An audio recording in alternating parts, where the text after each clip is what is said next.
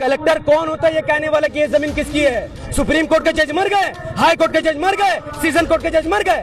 और अगर कलेक्टर से ही फैसला करवाना है तो सबसे पहले सुप्रीम कोर्ट बंद करो, हाई कोर्ट बंद करो, सब कुछ बंद कर दो और फिर कहो कि कलेक्टर फैसला करेगा। अरे जाहिलों की सरकार। मैं बीजेपी के लोगों से कहता हूँ, हर वो मंत्री को मैं जाहिल कहता हूँ जो कहता है कि वक़्फ़ के पास 10 लाख करोड़। अरे भाई 4 राज्यों में हिंदू मंदिरों के पास 12 लाख एकड़ जमीन है, 12 लाख एकड़। चाइना जमीन कब खाली करेगा?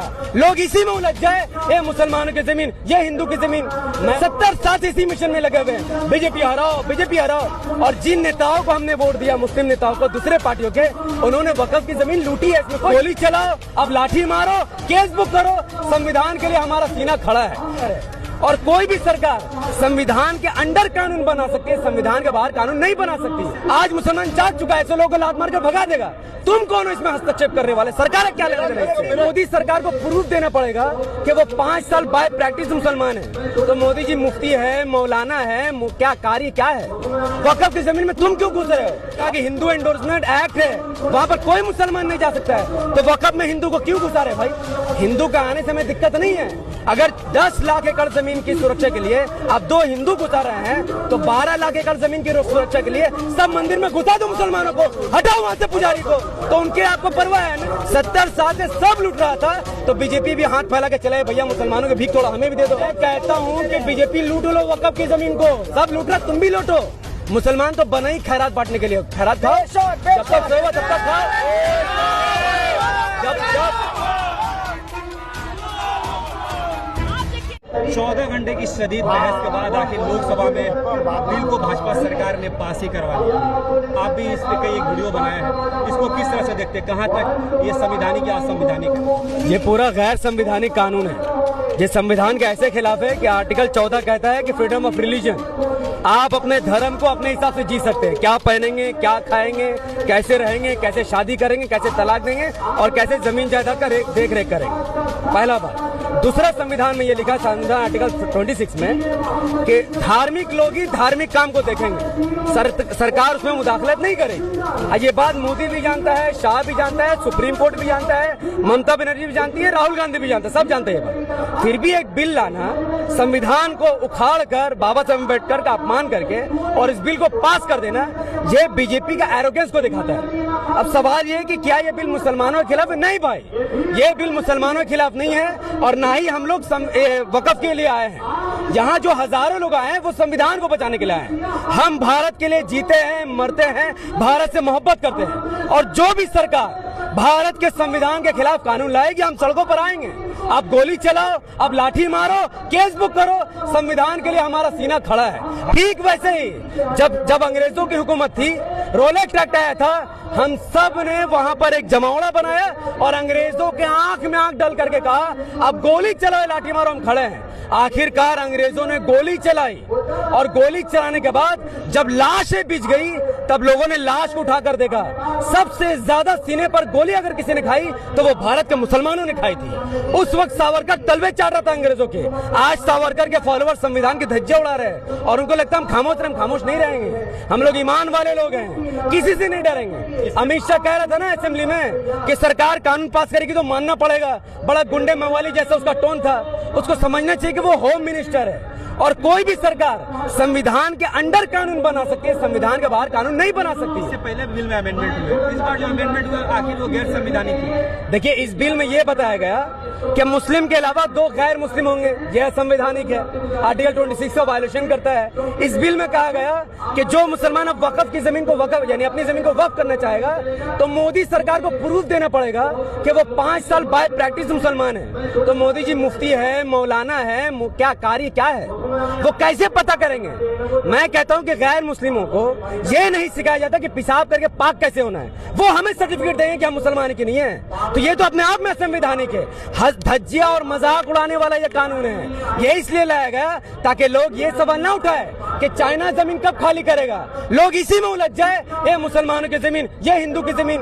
मैं अपने हिंदू भाइयों से कहता हूं कि जो वक़्फ़ की जमीन है ये कोई पब्लिक प्रॉपर्टी नहीं है। और ना ही ये गवर्नमेंट की प्रॉपर्टी, ये प्राइवेट प्रॉपर्टी है। यानी एक मुसलमान अपने पैसे से जमीन खरीदता है, फिर उसको दान कर देता है कि उसमें स्कूल बने, मदरसा बने, मस्जिद बने, यतीमखाना बने, ये सब सामाजिक कार्य हो। अब ऐसी जमीन को 100 साल बाद एक सरकार अगर कहती है कि हम डिसाइड करेंगे, कलेक्टर डिसाइड करेगा, मैं आपसे पूछता हूँ कि कलेक्टर कौन होता है ये कहने वाला कि ये जमीन किसकी है? सुप्रीम कोर्ट के जज मर गए, हाई कोर्ट के जज मर गए, सेशन कोर्ट के जज मर गए, और अगर कलेक्टर से ही फैसला करवाना है तो सबसे पहले सुप्रीम कोर्ट बंद करो, हाई कोर्ट बंद करो, सब कुछ बंद कर दो और फिर कहो कि कलेक्टर फैसला करेगा।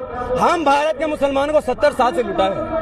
हमने अहरे गहरे लोगों को वोट किया सिर्फ संविधान बचाने के लिए, देश बचाने के लिए। 70 साल से इसी मिशन में लगे हुए हैं, बीजेपी हराओ, बीजेपी हराओ। और जिन नेताओं को हमने वोट दिया, मुस्लिम नेताओं को, दूसरे पार्टियों के, उन्होंने वक्फ की जमीन लूटी है, इसमें कोई शक नहीं है, फिर भी हम बर्दाश्त कर रहे थे। कहना है कि इसमें भ्रष्टाचार है, भ्रष्टाचार। उनकी बात सही है, उनकी बात सही है, वक्फ की जमीन में भ्रष्टाचार हुआ है तो ये हमारा आपस का मामला है। कल मुसलमान सोया हुआ था, जिसको वोट दे रहा वही जमीन लूट रहा है। आज मुसलमान जाग चुका है, ऐसे लोगों को लात मार कर भगा देगा। तुम कौन हो इसमें हस्तक्षेप करने वाले? सरकार क्या लेना देना इससे? मेरा घर है, हम देखेंगे। मेरा 2 भाई में झगड़ा है, एक भाई मेरा जमीन मार रहा है, मैं देख रहा हूँ, मुझे उससे मोहब्बत है, मैं उसको मार नहीं रहा, मैं उसको समझा रहा हूँ। कल को वो समझ जाएगा, जमीन वापस हो जाएगी। तुम दलाली क्यों कर रहे हो भाई? वक्फ की जमीन में तुम क्यों घुस रहे हो? और तुम्हारा मानना है कि 10 लाख एकड़ जमीन है। अरे जाहिलों की सरकार। मैं बीजेपी के लोगों से कहता हूँ, हर वो मंत्री को मैं जाहिल कहता हूँ जो कहता है कि वक्फ के पास 10 लाख करोड़। अरे भाई 4 राज्यों में हिंदू मंदिरों के पास 12 लाख एकड़ जमीन है, 12 लाख एकड़ जमीन समझिए। यहाँ 10 लाख एकड़ जमीन, वहाँ 12 लाख एकड़, सिर्फ 4 राज्यों में। पूरे इंडिया में मिलाएगा तो 20 लाख क्रॉस हो जाएगा। तो आपने वहाँ कानून नहीं बनाया, आपने कहा कि हिंदू एंडोर्समेंट एक्ट है, वहाँ पर कोई मुसलमान नहीं जा सकता है, तो वक्फ में हिंदू को क्यों घुसा रहे भाई? हिंदू का आने से हमें दिक्कत नहीं है। अगर 10 लाख एकड़ जमीन की सुरक्षा के लिए आप 2 हिंदू घुसा रहे हैं, तो 12 लाख एकड़ जमीन की सुरक्षा के लिए सब मंदिर में घुसा दो मुसलमानों को, हटाओ वहां से पुजारी को। तो उनके आपको परवाह है? नहीं, वो हमारा वोट बैंक है, वो हमें वोट देता है। मुसलमान बीजेपी को वोट नहीं देता। मुसलमान तो मुत्तहिद नहीं है ना। अगर मुसलमान मुत्तहिद होते, एक पार्टी के झंडे तले आते, तो आज भारत में मुसलमानों के लिए 60 MP, 400 विधायक, 20,000 कॉर्पोरेटर्स होते हैं। तो आप बताइए, जिस पार्टी का अगर मुसलमानों की ऐसी पार्टी होती और उनके 60 सांसद होते, तो क्या मोदी जी की फटती नहीं बिल लाने में? नहीं फटती, वो बिल नहीं लाते। वो जानते हैं कि जिनको वोट दे रहा वो भी चोर, हम भी चोर। 70 साल से सबने लूटा, तो बीजेपी क्यों पीछे रहे? तो सिर्फ बीजेपी को गलती मत दीजिए। 70 साल से सब लूट रहा था, तो बीजेपी भी हाथ फैला के चले, भैया मुसलमानों के भीख थोड़ा हमें भी दे दो, तो लूट लो। मुसलमान कब तक? भाई मैं कहता हूँ कि बीजेपी लूट लो वक्फ की जमीन को, सब लूट रहा, तुम भी लूटो। मुसलमान तो बना ही खैरात बांटने के लिए, खैरात खाओ, जब तक सोए तब तक खाओ।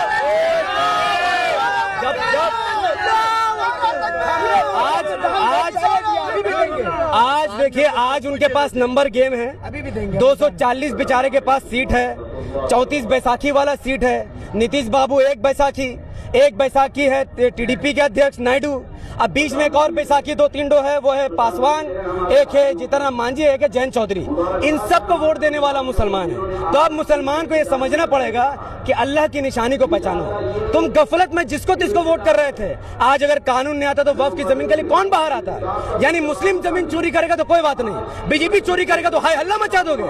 तो आज वक्त आ गया है कि इस कानून को भी वापस कराने के लिए हम जद्दोजहद करें, और साथ ही ये जमीन मुसलमानों के हाथ में आए, और ऐसा नेता हम चुनकर भेजाए जो इस जमीन की हिफाजत करे, ना कि हरामखोरी करके उसके ऊपर बैठ जाए। बिहार के मुसलमानों ने नीतीश कुमार पे काफी भरोसा किया था, लेकिन जब बिल पास हो रहा था तो मुसलमानों ने देख लिया। कल से आज तक 3 नेता जो जदयू के थे, उन्होंने रिजाइन कर दिया। तो मुस्लिम की सोच को क्या कहना चाहेंगे? नहीं, देखिए, मुस्लिम का सोच मैं क्या ही कहूंगा कि ये तो एक जाहिल कौम है।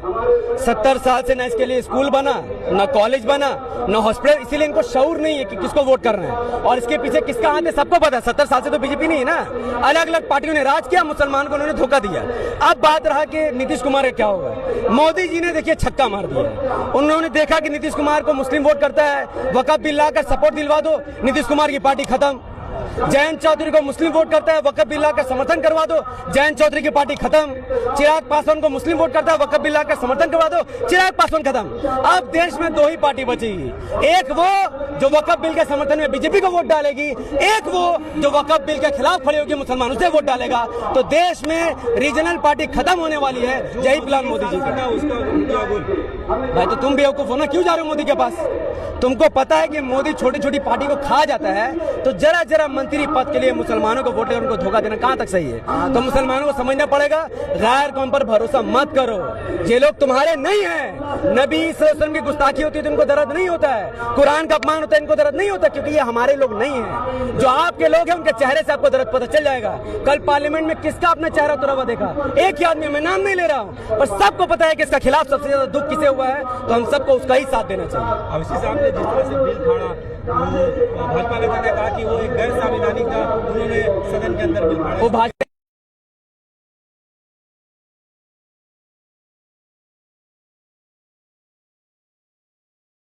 बिल आएगा तो सीधा फाड़ के मुंह में फेंक देंगे और कोई कुछ नहीं कर सकेगा। अगर कोई कुछ करेगा तो भारत में ऐसा ज़लज़ला आएगा कि बंगाल में लोग उतरेंगे और दिल्ली का असेंबली हिल जाएगा। आज के इस एहतजाज से लोगों को क्या संदेश देना चाहिए? देखिए, इस रोड ब्लॉक करने से मैं फिर कहता हूं कि बिल वापस नहीं होगा। सब समझ लिए सिस्टम, ये सब सिस्टम से चलता है। अब रोड ब्लॉक कीजिए, पूरा इंडिया जाम कर दीजिए, गोली चलेगा, फसाद होगा, पर बिल वापस नहीं होगा। बिल वापस करने का एक तरीका है, एक तरीका तो यह है कि जिस पार्टी को अपने वोट, जैसे हम लोग बंगाल में टीएमसी को हम मुसलमानों ने वोट किया, तो ममता बनर्जी को चाहिए कि असेंबली में रेजोल्यूशन पास करे और कहे कि भैया ये गैर संवैधानिक है, इस बिल को हम यहाँ पर लागू नहीं करें। एक बात। दूसरा बात यह है कि ममता बनर्जी की सरकार ऑफिशियली सुप्रीम कोर्ट में केस डाले और कहे कि सुप्रीम कोर्ट के सीजीआई है उनसे ये डिमांड करे कि ये बिल संविधान के खिलाफ है, आपकी जिम्मेदारी संविधान को बचाना, तो इस बिल को आप पलट दीजिए और कहिए कि ये बिल गैर संवैधानिक है, वही ये मामला खत्म हो जाएगा। तो हम रोड में इसीलिए आए हैं ताकि सरकार पर प्रेशर बने और सुप्रीम कोर्ट तक बात पहुंचे। That's it.